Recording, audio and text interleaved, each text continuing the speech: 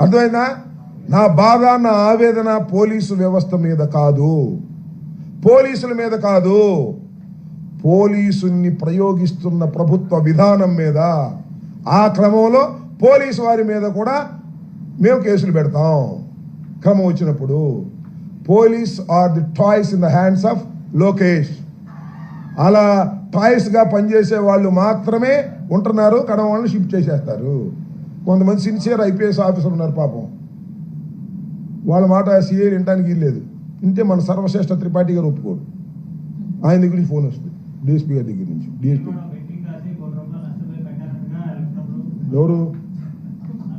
ఎవరు చెప్పారు? కన్నా గారి మీద కట్టామేమో. ఇంకా నయం, నేను ఆత్మహత్య చేసుకోవాలి ₹1 కోటి కోసం, నన్ను భావిస్తాను రమ్మని. కన్నా చెప్పాడా? ఎప్పుడు? కన్నాకి వయసు రీత్యా బుచ్చి చౌదరి లాగా బుర్రపోయినట్టుంది. మనం ఏం చేస్తాం? అట్లా కాదండి, మీ వాడు గుర్తుపెట్టుకో అబ్బాయి, పెట్టుకోమని ఒక కేసు పెట్టుకోమని బెట్టింగ్ కట్టానని కన్నా లక్షణాన్ని రిపోర్ట్ ఇవ్వమను. కాదండి, కన్నా లక్షణాన్ని ఆయనకి తెలిసిన ఫ్యాక్ట్స్ మీద ఒక రిపోర్ట్ రాసి మన సర్వశ్రేష్ఠ త్రిపాఠి గారికి ఇవ్వమని నేను కేసు కడతాను నా మీద, అంతేగా. కన్నాకు కూడా వయసు పెరిగిన తర్వాత బుర్రపోయినట్టుంది బుచ్చి చౌదరి లాగా.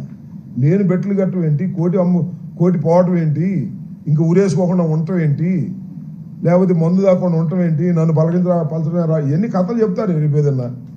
ఎన్నో పిచ్చి మాటలు, పిచ్చి కదా. ఇదిగో కన్నా లక్ష్మీనారాయణ గారి గురించి, వాళ్ళ అబ్బాయిల గురించి మాట్లాడదలుచుకుంటే చాలా ఉంది. సందర్భం వచ్చినప్పుడు మాట్లాడతా. ఇంకోసారి కనుక్కో నేను బెట్ ఎక్కడ కట్టానో, లేకపోతే కంప్లైంట్ ఏంటో తీసుకెళ్ళి ఇవ్వమను.